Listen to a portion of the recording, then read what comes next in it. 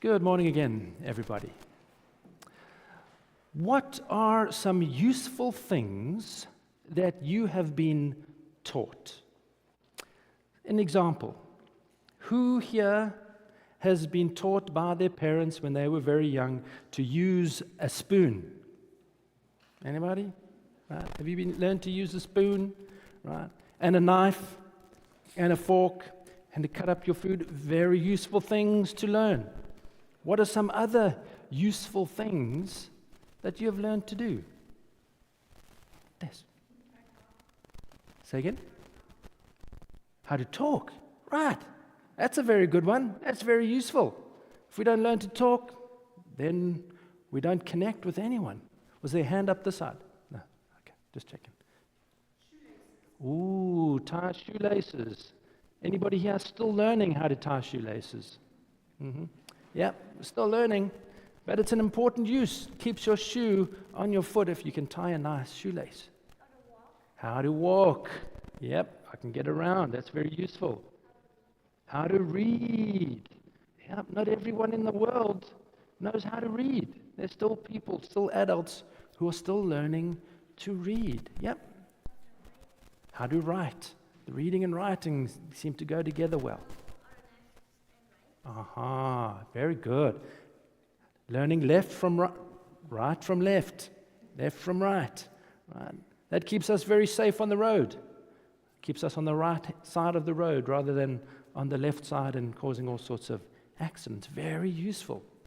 Any other ideas of useful things that we're learning and building in our life? How to do math. Right. Going to school is one of those useful things that builds on itself year after year. Yep.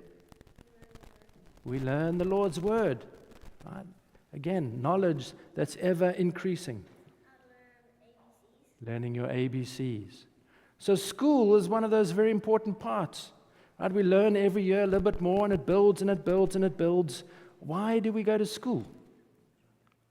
Why do you go to school? Teens, why do you go to school? What do you hope to get out of school? What do you hope will be useful at the end of the day? How's it going to help you? Teens, any ideas? You can get a job, right? Teens, anybody interested in earning your own money? Right? Yep. So going to school, maybe it's high school, maybe it's on to college or a trade or university. Those are then helping you to start building a life for yourself. Right? You can earn your own money. You can buy your own car. You can rent or buy your own house. You can live your own life. That's great. It's useful. So life is about this constant building and constructing for ourselves a life. One day, perhaps, we find someone we fall in love with and we start building a family together. So life builds on itself, and it's this constant building and constructing and working things out to grow within our lives. But there's one really, really important project that you're going to take on in your life that's more important than all other projects within your life. Anybody want to have a guess? What is going to be the thing that's going to bring you the most benefit, that's going to bring you the most joy and the most reward in your life? Anybody want to have a guess? What is it that we should be working on constructing within our life? What do you think? A relationship with the Lord. We call that our faith. The most important project that we can work on in our lives is building our faith. Our faith in the Lord, our faith in His Word. But you want to know something about this thing called faith? You can't learn it from anybody. You can't learn faith from anybody. We might think, well, I grew up in the church, therefore surely I must have faith. Or perhaps my parents taught me a lot of things, surely I must have faith. Or I know a lot of things, therefore I must have faith. But faith is not something we know. It's not something that other people can tell us. Just have faith. No one can just tell us to have faith. It's not something we inherit. It is something that we have to find for ourselves. We have to find our own faith. And it's going to come through questions. Any adults here willing to put up their hand? Any of you ever question your faith? Anyone question whether God exists? Whether heaven is real? Whether there is any use in this thing that I'm putting so much energy into? Questions are part of the journey to finding our faith. So as young people, you might be thinking, what is this faith thing? Well, you're not alone. Adults are still asking the same question. What am I trying to believe in? That's what adults are still trying to figure out. The journey of faith to finding our own faith is going to have lots of questions. It's going to have lots of doubts.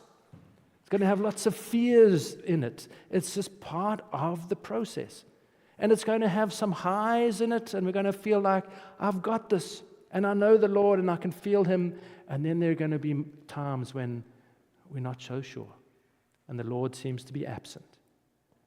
But all of those experiences of life, the questions, the doubts, the highs, the lows, all the things of life are there as part of this journey to finding faith. And you know what the important part is? The important part within all the questions, within all the doubts and fears, within all the highs and all the lows of life, the important thing that's going to determine whether we grow in finding our faith is, are we taking note? Are you taking note of what is going on in you? So when I'm feeling high and I'm having a great time with friends, am I taking note of that? Who am I giving thanks to? Am I giving thanks to myself in those moments, or am I giving thanks to the Lord? When things are down and I'm feeling depressed, can I take note? What is going on in me? Why do I feel this way? What is troubling me? Where is it coming from? Taking note of what's going on in me while we're experiencing all the things and all the questions in life, that is going to determine whether we grow on this journey of finding our faith, or whether we go through life relying on the idea of faith. What we will discover in life is that things don't go your way. Things don't go the way we planned.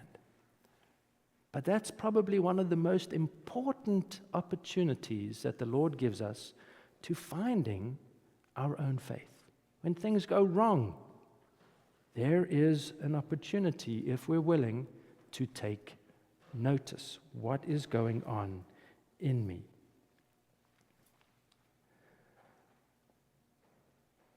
So you might be worrying, whether you're a young person or whether you're an adult, do I believe in this thing called faith? Where is the Lord in my life? I'm not sure what to believe anymore. We might all be having different kinds or different versions of these questions, and that's okay. One of the important things about our faith journey is it's okay to struggle. It's okay to feel lost. It's okay to question. All of those are okay, because that's part of every person's life. Even adults are struggling with those same questions. And so faith is not about knowing stuff. If you're waiting to understand more, well, if I just understood more, perhaps I could have more faith. If I just knew more stories and knew more teachings that the Lord gave, then maybe I'd be able to trust in Him more. But it's not about the knowledge. Faith is not about the knowledge. I want to read to you, and you can follow along in your pew cards. We're going to read from Divine Providence, number 101. It starts off, it says, people who give no thought to evil within themselves. So if you aren't taking note of the selfishness within ourselves, we are constantly engaged in that selfishness because of the neglect. So if we're not paying attention, if we're going through the highs and we're going through the lows and we're not paying attention to what's going on within ourselves, we will continue to struggle through the highs and through the lows, and we're not going to find the Lord or our faith. So first, we have to put thought, we have to take note. And it continues, in the spiritual world, where we all arrive after death, no one asks what our faith has been or what our beliefs have been, only what our life has been. So that's an interesting idea. The angels are not going to ask you, so what church were you? Were you this church or that church? Were you new church or no church? The angels aren't going to ask you what faith you had and what you believed. They're going to ask you, so how did you live? How did you treat other people? That's the question that the angels are going to ask. Not what you believe, but how did you live? And so that gives us an insight into what our faith journey is about. Yes, we're going to learn stuff, and it's important stuff, but the rubber meets the road, as they say, when we take what we know and we start to learn to live it in our life. The Lord teaches us many, many ideas, and are we taking those one or two ideas and trying to live them in our day-to-day life?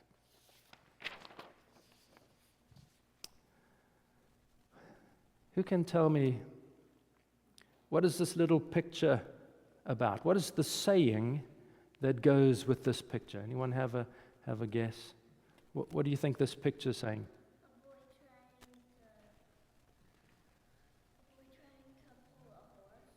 He's trying to pull the horse, and what is he trying to get the horse to do you think? Drink water. So the saying is, you can bring the horse to the water, but you can't make it drink. Right? So see, the boy is struggling to make it drink. You can bring the horse to the water, but you can't make it drink. And that's our spiritual life. We can know everything we want to know about what the Lord teaches, but the Lord wants us to drink of it. He wants us to use it in our life. The Lord can give us all the resources at our disposals. He gives us the Word. He gives us a church. He gives us a community. He gives us a country. He gives us everything that we need in order to know Him and know the ways that He teaches. But we are the only ones who can make ourselves walk in the Lord's ways. We can know what He teaches, but we are the only ones who can make ourselves walk in His ways. We are the only ones who can drink in His life that He offers.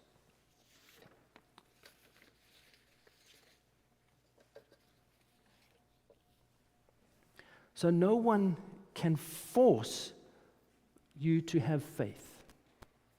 No one can force you to live a loving life. No one. The only person who can force you is yourself. The Lord has given you the free will to force yourself to live those truths that He is teaching.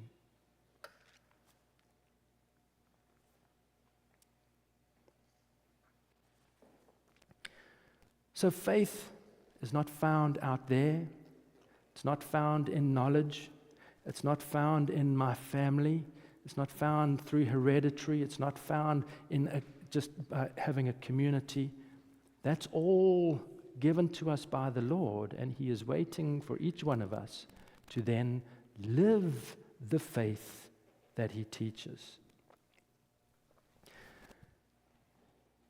So living our faith is starting to see ourselves as part of something bigger than ourselves.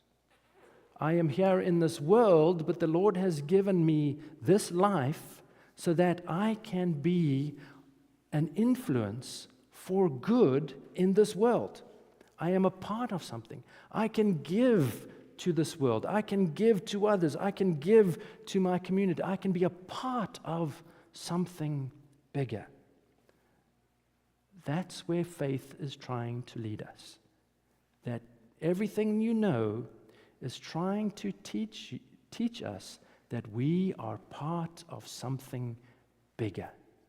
And the Lord is asking us to participate, be a part of the church, be a part of the community, be a part of our country, be a part of everything in the world. We do not stand by ourselves. We are part of something bigger. And that's where faith is leading us to recognizing we are part of this whole. I want to read to you, you can follow along in your pew cards, from the book Secrets of Heaven, number 3865. It says, those who lead evil lives, or those who lead selfish lives, though instructed in the teachings of the church during childhood and youth like everyone else, will be found on examination to believe nothing at all about the Lord, about faith in Him, or about the truths of the church. Standing alone and doing things my way is to not recognize the Lord, is to not recognize that we're part of a whole. So people who lead selfish lives don't really know the Lord. They don't really know what the Lord teaches. We read further. With some, a persuasive faith exists, which is an imitation. So it's not a true faith, it's an imagined faith. But that faith is no more than factual knowledge. So we can imagine that we have faith because we know a lot of stuff. We can imagine we have faith because we grew up in the church. That is the fact-based faith that is not a true faith. So that faith is no more than factual knowledge which has been corroborated by them, not because it is true, but because by declaring their allegiance to it, they improve their chance of personal position, honor, and gain. We can easily fall into a trap where we think to ourselves, I'm part of the new church. Therefore, I am better than other people. I am part of the Christian faith. I am better than other faiths. And we pledge allegiance to this idea of faith, but we don't really know what faith is. So anytime we use faith and to lift ourselves, to gain something for ourselves, we know that we're in a false faith. From these considerations, it is evident that the life is the guide to what kind of acknowledgement of truth exists. That is, to what kind of faith. So if you want to know a person's faith, look at how they live. Look at how they treat other people. That determines whether they understand their faith or not. Because all faith is trying to teach us to value other people. Part of the commandments the Lord gives us is to love others the way we love ourselves. Have we heard that? Love one another. Love others as you love yourself. Value other people the way you value yourself. If you value your freedom to live your life, value another person's freedom to live their life. Value the life that the Lord gives each and every person. That is an idea that we know, that we grew up with. We know that from our childhood. Love other people like you love yourself. So let's think of an example. It's easy to get caught up in our own thinking and be on a mission. For example, after church, we're going to go into the gym and we're going to have refreshments. And after talking, I can be really thirsty. And so I might enter the gym and go straight for the coffee table. I need that cup of coffee. And as I go into the gym, I don't see anyone. It's filled with people, but I'm not aware of anyone. In that moment, I'm valuing myself and getting to the coffee table. And I'm not valuing anyone. But this commandment says, value people just as much as you value yourself. So shouldn't I, if I walk into the room, be aware of people? Take note of people. Who is around me? Who can I greet? Who can I say hello to? Can I talk to them? Can I listen? Can I be there? Can I understand where they're at? Can I offer any help to that person? Now, we're starting to take the Lord's commandment and trying to practice it. And just that simple idea of, can I be aware of other people as I enter a room? What you will find is you fail. We all fail. Why? Because that is our state. We're all growing and all developing. So we can walk into a room at times and not see the people around us, not pay attention to the people around us. And in that moment, if we stop and become aware and take note and say, why aren't I interacting with people? Why aren't I noticing people? I'm not living according to the Lord's commandment in this moment. There is something special. There is something special in seeing that what the Lord is teaching is not yet a part of my life, is not yet lived in my life. And in that moment of seeing that the truth that the Lord is teaching is not yet a part of my life, that is where we find and build our faith. Because now we're starting to pay attention. Now we're starting to notice. Now we're starting to work with the Lord. Now we're starting to take those ideas that we have and use them within our own lives. And that's where we start to build our faith. It's not what we know. It's about how we're using what we know to direct the way that we live and interact with people. And so as we walk through our life, as we continue to build and develop and grow our faith, we're going to come up against the Lord's commandments and what He teaches all the time and be able to ask ourselves, am I living this in my life? And on this simple act of taking notice of what's going on in myself, on that simple act, rests the journey of finding our own faith. If we can take note, what is going on in me, then we're working towards opening ourselves up to the benefits that the Lord gives us, to the rewards that the Lord gives us, to finding a faith that's not just about knowledge, but a faith that is living and a faith that brings with it trust. Trust in the Lord. When you talk about faith, faith is trust. And we trust the Lord to the extent that we live according to those commandments in our lives. And with that trust also comes peace and joy.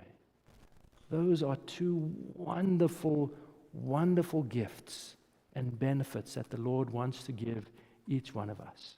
And as we live through this life, it's going to have its ups and downs. It's going to have its hard times. But if we're working with the Lord and seeing how His truths apply in our lives, we see that the Lord is with us. He is working in our lives. He is bringing with Him trust and peace and joy. Amen.